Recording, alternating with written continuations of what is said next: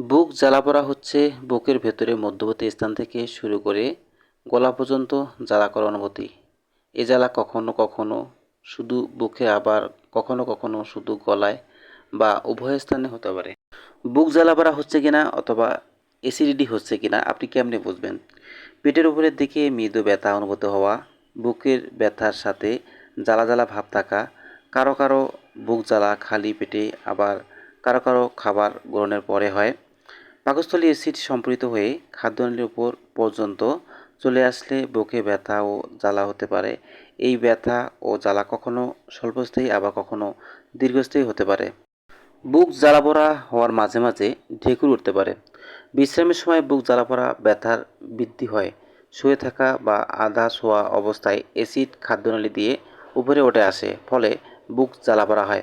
যখন সোজা হয়ে বসে থাকা হয় তখন মাধ্যাকর্ষণ শক্তির প্রভাবে খাদ্যবস্তুসমূহ পাকস্থলীতে থাকে, তাই বুক জ্বালা-পোড়া কম হয়। বুক জ্বালা-পোড়ায় মুখের ভেতর তেতা স্বাদ অনুভূত হতে পারে, বিশেষ করে সকালের দিকে বেশি ঘটে থাকে।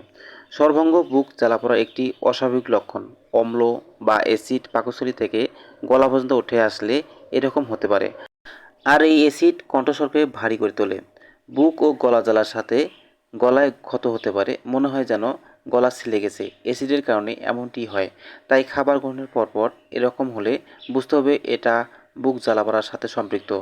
বুক জ্বালা ও পোড়া হওয়ার সাথে সাথে বমি বমি ভাব ও বমি হতে পারে।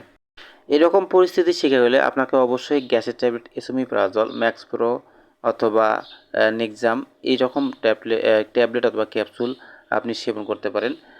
পাশাপাশি আপনাকে ডমপিডন ট্যাবলেট দিনে ৩টি খাওয়ার আগে সেবন করতে পারেন।